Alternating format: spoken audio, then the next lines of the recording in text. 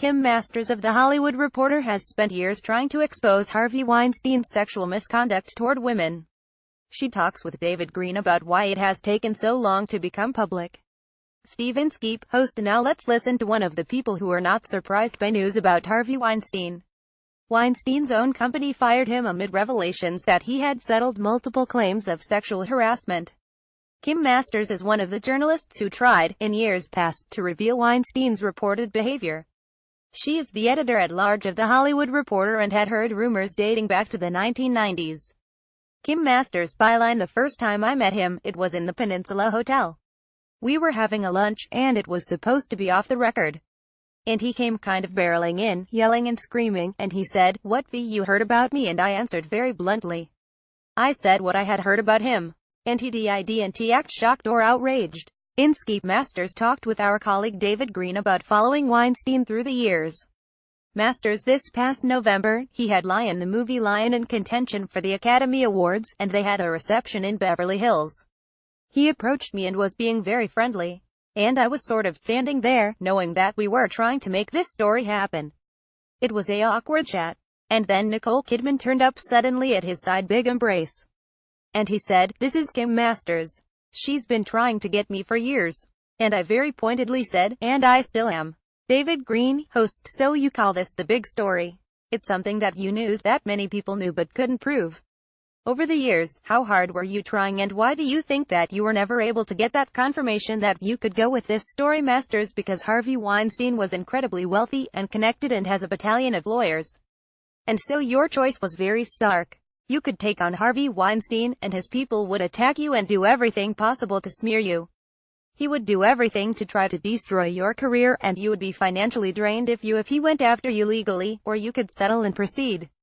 Green: why now? Why has did the dam break, as you put it in your writing? Why is the reporting actually come out at this moment? Masters: I have a theory.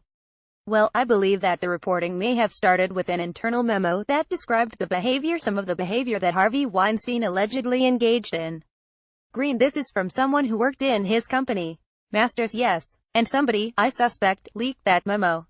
You know, I don't think it's a coincidence that two New York publications ended up with this story, New York Times and New Yorker. He has not been at the peak of his powers for some years now. The company's had money troubles. He's struggled a bit. He hasn't quite had that lock on Oscar that he had for so long. Green: so you see it linked to that.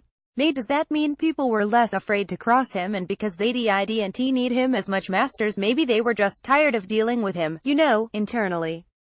Maybe this is speculation again. But I think that when you have that memo in your hands, as a journalist, you can go to people and say, "We have this. This is going to come out. So and please decide. Are you going to help us put a stop to this kind of alleged behavior, or are you going to be silent?" Green: how many Harvey Weinsteins are there going to be in Hollywood? Masters: we have allegations of rape here. And that, I don't think, is, by any means, a commonplace thing. And, the studios have gradually become more corporate, and there are more rules, and people are more, there are more suits in these jobs, as opposed to the kind of wild people that used to run Hollywood.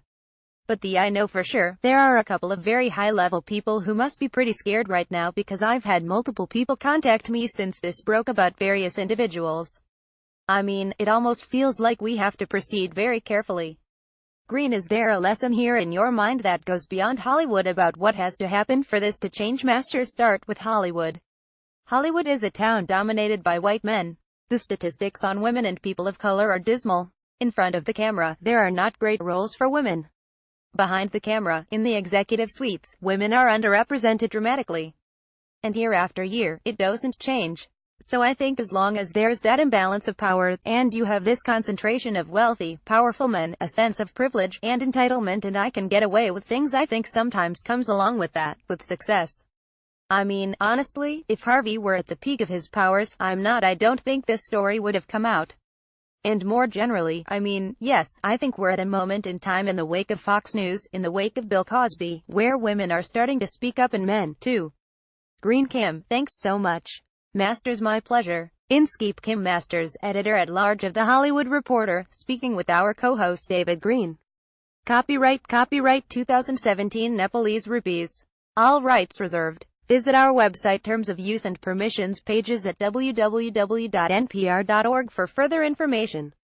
NPR transcripts are created on a rush deadline by Verbatim, Inc., an NPR contractor, and produced using a proprietary transcription process developed with NPR. This text may not be in its final form and may be updated or revised in the future. Accuracy and availability may vary. The authoritative record of NPR's programming is the audio record.